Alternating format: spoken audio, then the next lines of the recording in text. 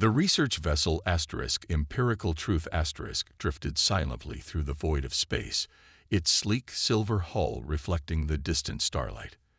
Inside, Dr. Tak stood before the main viewing screen, his four-fingered hands clasped behind his back. His pale blue skin seemed to glow under the soft lights of the command center. "Another system, another survey," he said to no one in particular. "I hope we find something interesting this time." The Empirical Truth carried the finest xenobiologists from the Vecran Confederation. Their mission was simple yet vital: find, catalog, and study new life forms across the unexplored sectors of the galaxy. Dr. Tak had led the team for 15 years, and lately, the discoveries had become routine. Behind him, the door slid open with a soft hiss. June, his young protege, entered carrying a data tablet. "Dr. Tak, the preliminary scans of the third planet are complete," June said, his voice eager. Unlike Tak's weathered features, June's face was smooth, his eyes wide with the excitement only youth could maintain after years in deep space. "And?" Tak asked, turning to face his assistant. "It's unusual." June handed over the tablet. "The planet is mostly water, but the land masses show signs of development. Not highly advanced, but definitely an intelligent species." Tak scrolled through the data, his brow furrowing. "Oxygen-nitrogen atmosphere, moderate technology. Seems ordinary enough." "Keep scrolling, sir." Tak did, and then stopped. He blinked twice and looked up at June. "This can't be right. Run the biological scanners again." "I already did. 3 times." June stepped closer to the screen and brought up a global map dotted with countless colored spots. "The dominant species appears to be here." He pointed to the red dots, "but they live alongside thousands of other species, not just in the same ecosystems, but in the same dwellings." "Impossible," came a voice from the doorway. Dr. Hannah stepped onto the bridge, her movements precise and controlled. Where Tak was curious and June enthusiastic, Hannah was skeptical of everything. It made her an excellent scientist, if somewhat difficult to work with. "The data is accurate, Dr. Hannah," June insisted. "Over 6,000 distinct species living in close proximity with the dominant one." Hannah crossed the room and took the tablet from Tak's hands. "Even symbiotic relationships don't account for this level of integration. Are they farming these creatures?" "Some, yes," Jum said, "but most of these relationships don't seem to serve any practical purpose." Tak moved to the central console and expanded the view of the planet. "I want a closer look. Bring us into high orbit." The ship's engines hummed as it changed course, heading toward the blue-green world that was becoming more visible on the screen. "What do we know about the dominant species?" Tak asked. June pulled up another file. "They call themselves humans. Bipedal mammals, relatively short-lived compared to Vecrans. Their technology is primitive by our standards. They've barely reached their own moon.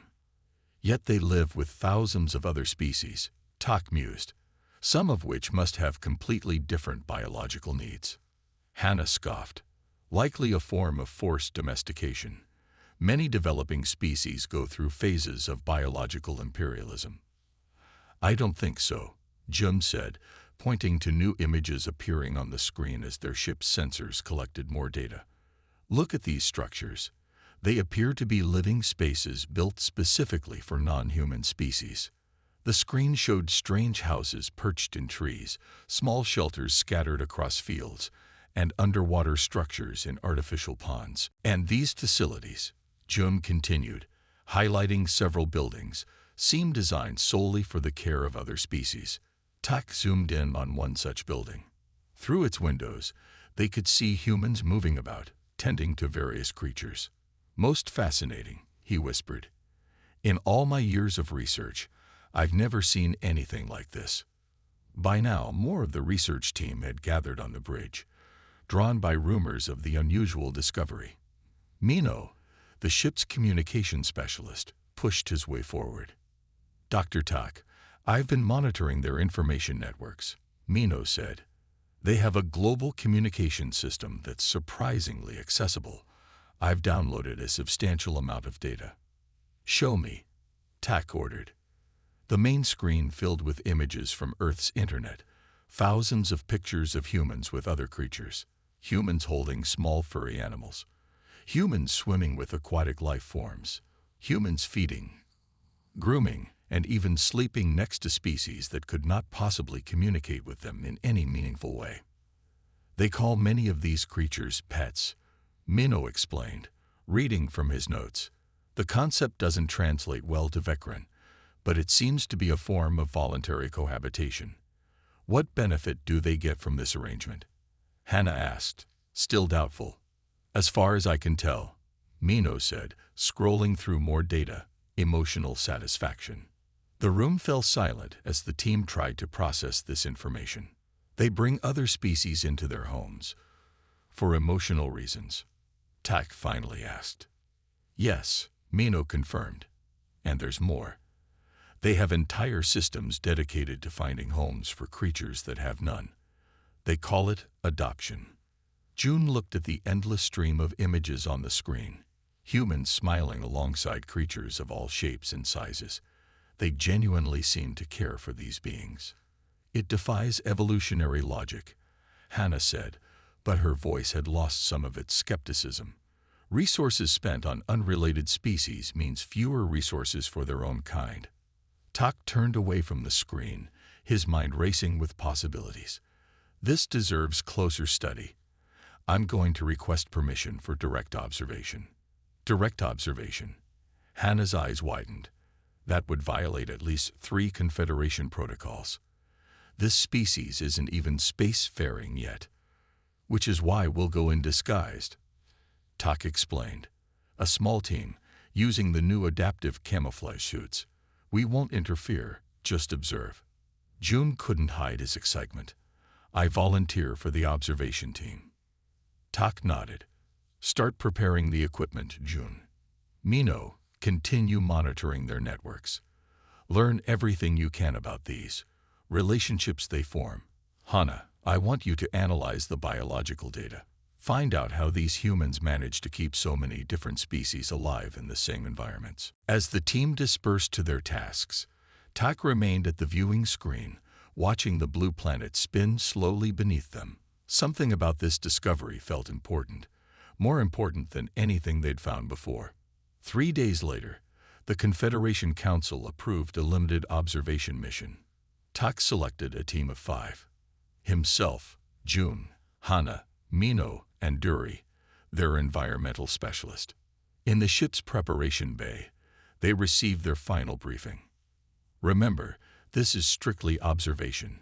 Tak explained as technicians helped them into their camouflage suits, advanced technology that would make them appear human to both eyes and scanning devices. We collect data, nothing more. How long will we stay? Duri asked, examining her now 5-fingered hands with fascination.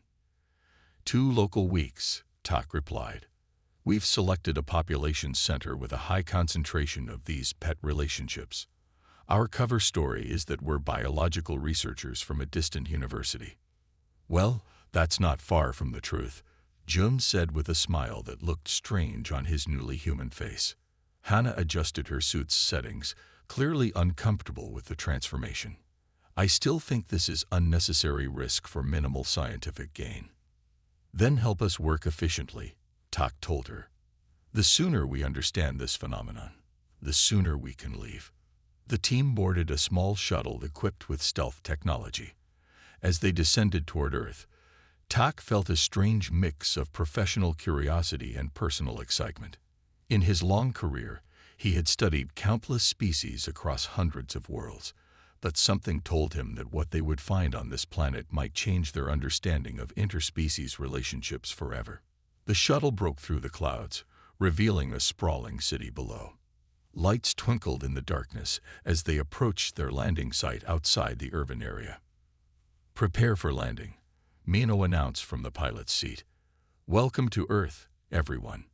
As the shuttle touched down in a secluded forest clearing, Tak looked at his team, now all disguised as humans. Remember, we're here to learn, not to judge or interfere. Let's find out why humans bring other species into their lives.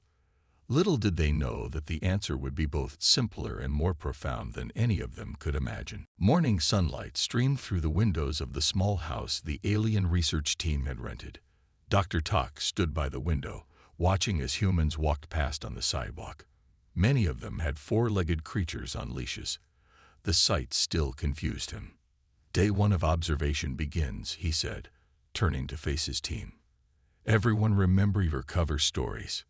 June nodded eagerly, already dressed in earth clothes that still felt strange against his disguised skin. "We're biological researchers from a university far away, studying local animal-human interactions." "Which is actually true," Mino added with a small smile. "Just not the from Earth part." Dr. Hana was checking the small recording devices hidden in their clothes. "These will capture everything we see and hear. Try to get close to the humans and their companions." "Let's split up," Tak suggested. "We'll cover more ground that way. Meet back here at sunset to share what we've learned." The team left their temporary home and went in different directions. Tak headed toward what the humans called a park, where their scans had shown high concentrations of interspecies activity. The park was busy with humans of all ages. Tak sat on a bench and tried to look normal as he observed. A human male jogged past with a furry four-legged animal running beside him. Nearby, an elderly woman tossed small pieces of food to flying creatures that gathered around her. Tak whispered into his hidden recorder, "The humans appear to share food with species that offer no obvious benefit. Motivation unclear." A short distance away, a small human child squealed with delight as a furry animal licked its face. The child's parents stood nearby, smiling.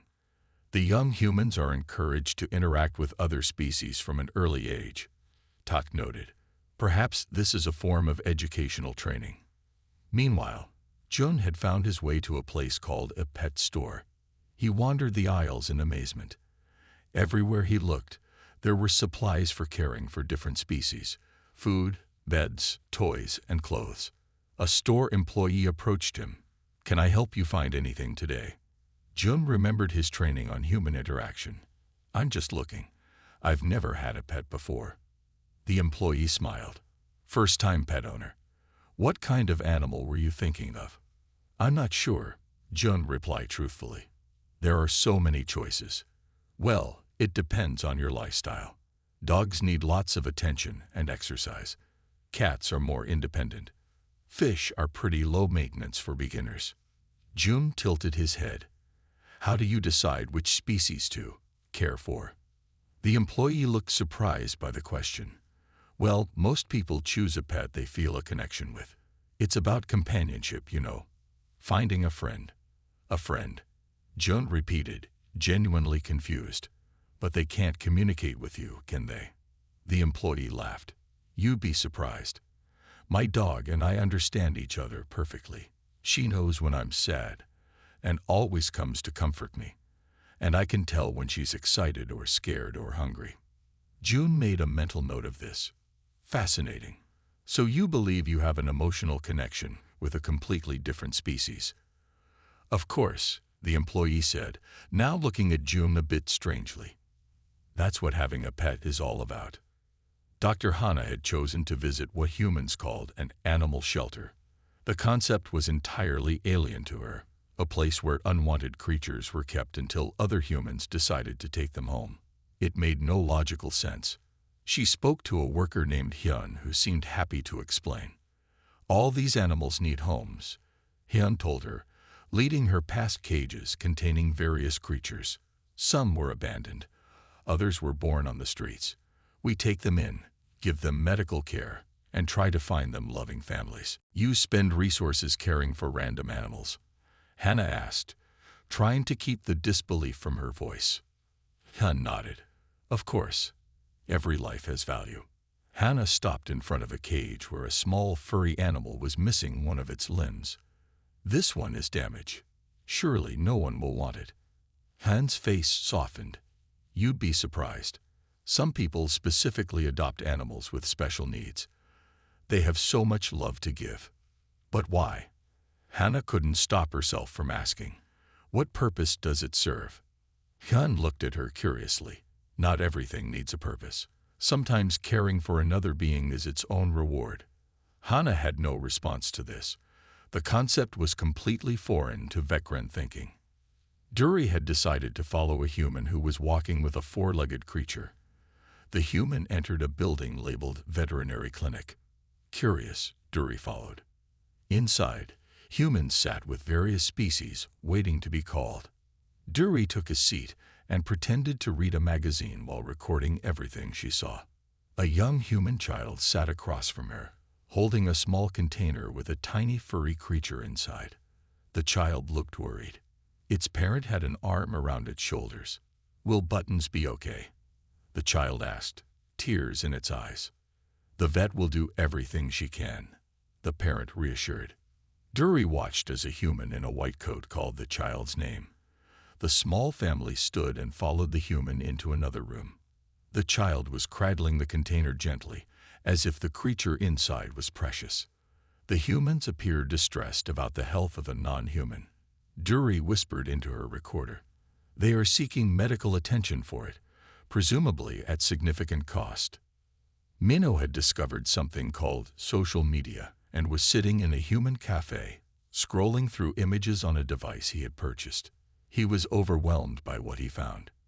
Countless images of humans posing with non-humans, elaborate homes built for small creatures, expensive medical procedures performed on animals, celebrations of animal birthdays, memorials for animals that had died.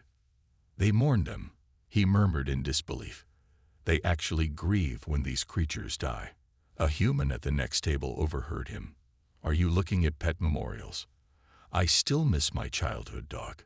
Had him for 15 years. Hardest day of my life when we had to put him down." Minho wasn't sure how to respond. "You felt sad about an animal." The human looked at him oddly. Of course, he was family. "Family," Minho repeated. "But you weren't related." The human laughed. "Blood isn't what makes a family, my friend. Love is what makes a family." As the sun began to set, the research team gathered back at their rented house. They sat around the table, faces showing various degrees of confusion and wonder. "Report your findings," Tak instructed. One by one, they shared what they had seen. When they finished, silence fell over the room. "None of this makes sense," Hannah finally said. "They spend time, money, and emotional energy on species that cannot possibly repay them." The humans use the word love frequently when discussing these relationships, Minho pointed out. "And friendship and family," Joan added. "They genuinely see these other species as part of their social groups." Tak paced the room. "Tomorrow we need to observe a human home environment. We need to see these relationships up close. I heard about something called Pet Adoption Day at the local shelter," Hannah said. "Many humans will gather to choose new animals to take home." "Perfect," Tak nodded. "June and I will go there. Duri and Minho, continue your observations in public spaces. Hannah, keep researching their information networks. Find scientific explanations for this behavior if you can." That night, as the others slept, Tak sat by the window watching the quiet street. In a house across the way, he could see an elderly human sitting in a chair, a small furry creature curled in its lap. The human was gently stroking the creature, and both appeared content. "What are we missing?" Tak whispered to himself. "What do these humans know that we don't?" For the first time in his scientific career, Tak felt that he was observing something that went beyond biology and evolution, something he didn't have the right words to describe, something that perhaps his own species had never experienced. And with that unsettling thought, he continued watching the human and its companion, wondering what secrets would be revealed in the days to come. 1 week had passed since the alien research team arrived on Earth. They gathered in their rented house, reviewing the data they had collected. "We have observed 53 different species living with humans. Dr. Tak said, looking at the holographic display hovering above the table. From tiny water creatures to large mammals. Hana shook her head. And still no clear evolutionary advantage. Some of these animals consume significant resources while providing nothing in return. Not nothing, Jun argued. The humans speak of emotional benefits. Companionship, comfort. Impossible to measure, Hana replied. Mino looked up from his datapad. I've analyzed thousands of social media posts. Humans consistently report feeling happier when in the presence of these adopted species. Tak paced the room, deep in thought. Our observations are helpful, but I believe we need more direct data. He stopped and faced his team. I propose an experiment. The others looked at him with interest. What kind of experiment? Dury asked. We create our own test subject, Tak explained. A creature that humans have never seen before. One with features that, by our understanding, should not appeal to humans. You mean design a new species? Hana's eyes widened. That would violate at least 3 Confederation protocols. Not a new species, Tak clarified. A temporary construct. A biological drone, if you will. We can program it with basic behaviors but no intelligence. Jun nodded eagerly. I see. We place it where humans will find it, then observe their reactions. Exactly, said Tak. If humans attempt to care for a completely foreign, non-native creature with no practical value, it would prove there's something unique about their psychology. After some debate, the team agreed to the experiment. They spent 2 days in their disguised shuttle, using the onboard laboratory to create their test subject. Tak designed it carefully. About the size of a human hand, with 6 limbs, a tough outer shell, and small sensory nodes, it was deliberately asymmetrical, with an unusual coloration that didn't match any Earth species. It can survive in Earth's atmosphere for approximately 30 days. Tak explained as they looked at the small creature in its containment field. It will respond to basic stimuli, but has no capacity for pain or distress. It's not attractive, Dury noted, studying the creature. By human standards or our own. That's intentional, Tak replied. If humans try to adopt even this, it will confirm our hypothesis. The next morning, Tak and Jun took the creature to a local park. They placed it near a walking path, then retreated to a bench some distance away to observe. Their recording devices captured everything. Less than an hour passed before a young human boy spotted the creature. The boy, who appeared to be about 10 Earth years old, stopped his bicycle and approached cautiously. Look at that, they heard him exclaim. The boy knelt down for a closer look. Perfect, Tak whispered. Now let's see if he runs away in fear or disgust. To their surprise, the boy did neither. Instead, he pulled off his backpack and took out a small container.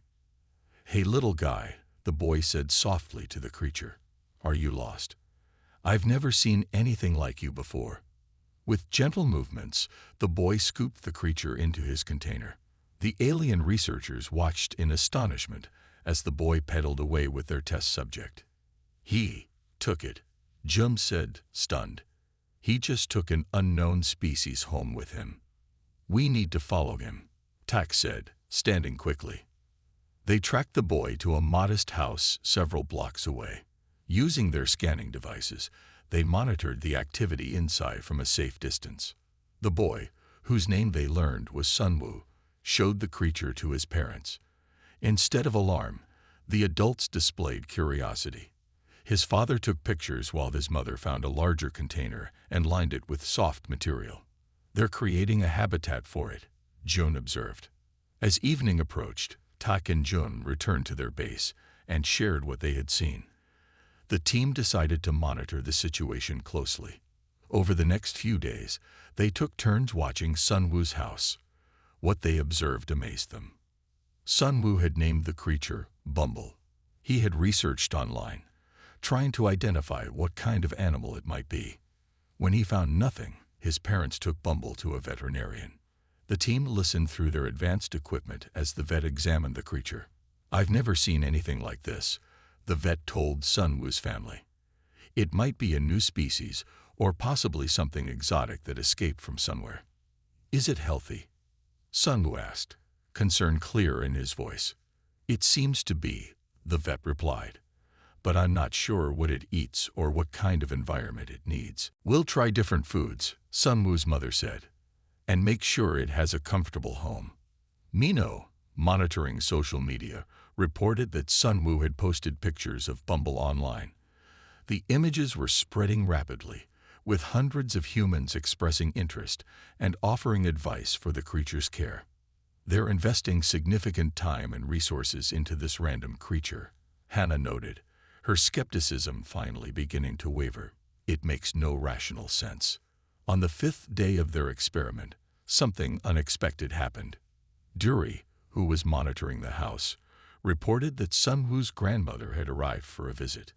The elderly woman had immediately shown interest in Bumble. "The grandmother is sitting on the back porch with the creature," Dury reported through their communication system.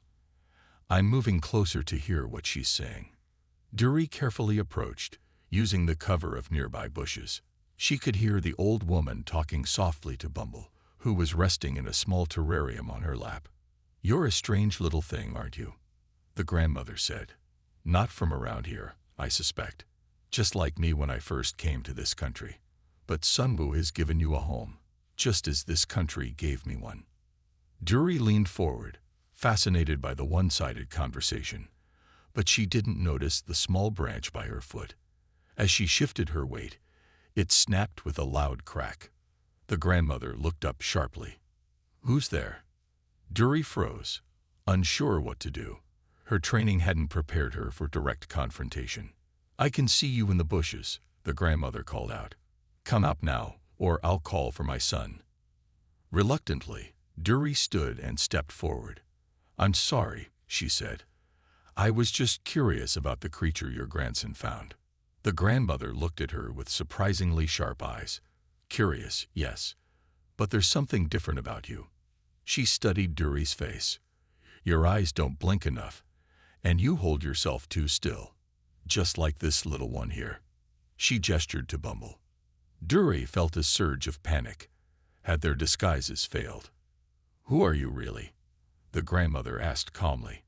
"And is this yours?" She held up the terrarium with Bumble inside. Dury's mind raced. She needed to alert the others, but her communication device would be obvious. She decided honesty might be the safest approach. "My name is Dury," she said carefully. "And yes, that creature is connected to me and my colleagues. We are researchers, studying how humans interact with other species." The grandmother didn't seem surprised or frightened. She merely nodded. "I thought as much. I've seen you and your friends watching our house." "Not very subtle, are you?"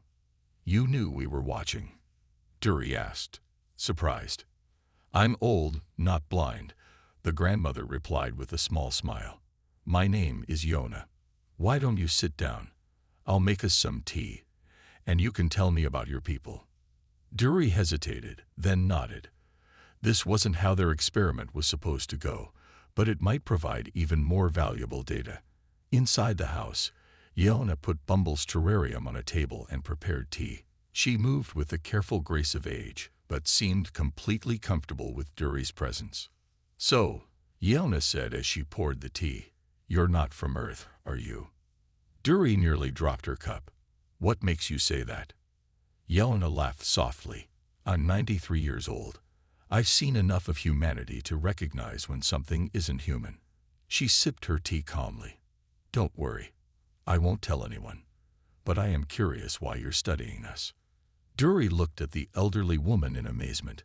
Then, making a decision that would change the course of their mission, she began to explain. "We come from a world where species don't mix unless there's a practical reason," Dury said. "We don't understand why humans take in other creatures that aren't useful to them." Yona nodded thoughtfully. "Ah, I see. You want to know about companionship." "Yes," Dury replied. "What does that mean to humans?" Yona looked at Bumble, who was moving slowly around its terrarium. To share your life with another being, to care for something just because it exists. She smiled. That's what makes us human. As Dury listened to Yona's explanation of human companionship, she realized their experiment had taken an unexpected but fascinating turn. This direct conversation might give them insights they could never have gained through distant observation alone. And somewhere in the back of her mind, a troubling thought formed. What if the Vekrans were the unusual ones, not the humans? Dr. Tak stared at Dury in disbelief. The team had gathered in their rented house after Dury's unexpected meeting with Yona, Sumwoo's grandmother. She knew you weren't human. Tak asked for the third time. And she wasn't afraid. Dury nodded. She was calm. Curious, even. We talked for hours about human relationships with other species. Did you reveal our true purpose? Hannah demanded, her voice sharp with worry. I had to explain some things, Dury admitted, but she promised to keep our secret. I believe she will. June, who had been quiet until now, spoke up. What did she tell you about human companionship? Dury's expression softened. She told me stories about every animal she'd ever lived with. Dogs, cats, birds. She showed me pictures and explained how each one had a different personality, different needs, how caring for them gave her purpose and joy. That still doesn't explain the evolutionary advantage, Hannah insisted. She said it wasn't about advantage, Dury replied. She said humans are happier when they share their lives with other beings. That caring for something weaker than yourself makes you stronger, not weaker. The room fell silent as they considered this. Finally, Tak made a decision. Our experiment has yielded unexpected results, but valuable ones. I believe it's time for the next step. He looked at each team member in turn. I propose we make official first contact. Gasps filled the room. First contact, Mino exclaimed, without Confederation approval. We'll request emergency approval, Tak explained. But I believe this trait of humans, this capacity for interspecies connection, might be unique in the galaxy. It deserves proper study and recognition. After much debate, the team agreed. They sent a message to the Confederation Council explaining their findings and requesting permission for limited first contact. To their surprise, approval came quickly. 3 days later, Tak and his team stood in their true forms in a secure conference room at a local university. Across from them sat 5 human representatives, a government official, 2 scientists, a veterinarian, and, at Tak's specific request, Yona. The humans stared at the Vekrans with expressions ranging from shock to wonder. The Vekrans had revealed their true blue-skinned, 4-fingered forms.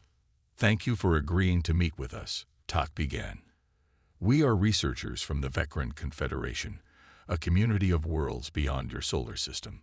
The government official, a woman named Director Kim, found her voice first. Why have you chosen to reveal yourselves to us now? Because we've discovered something about humans that we find extraordinary, Tak explained. Your ability to form emotional bonds with other species is unprecedented in our experience.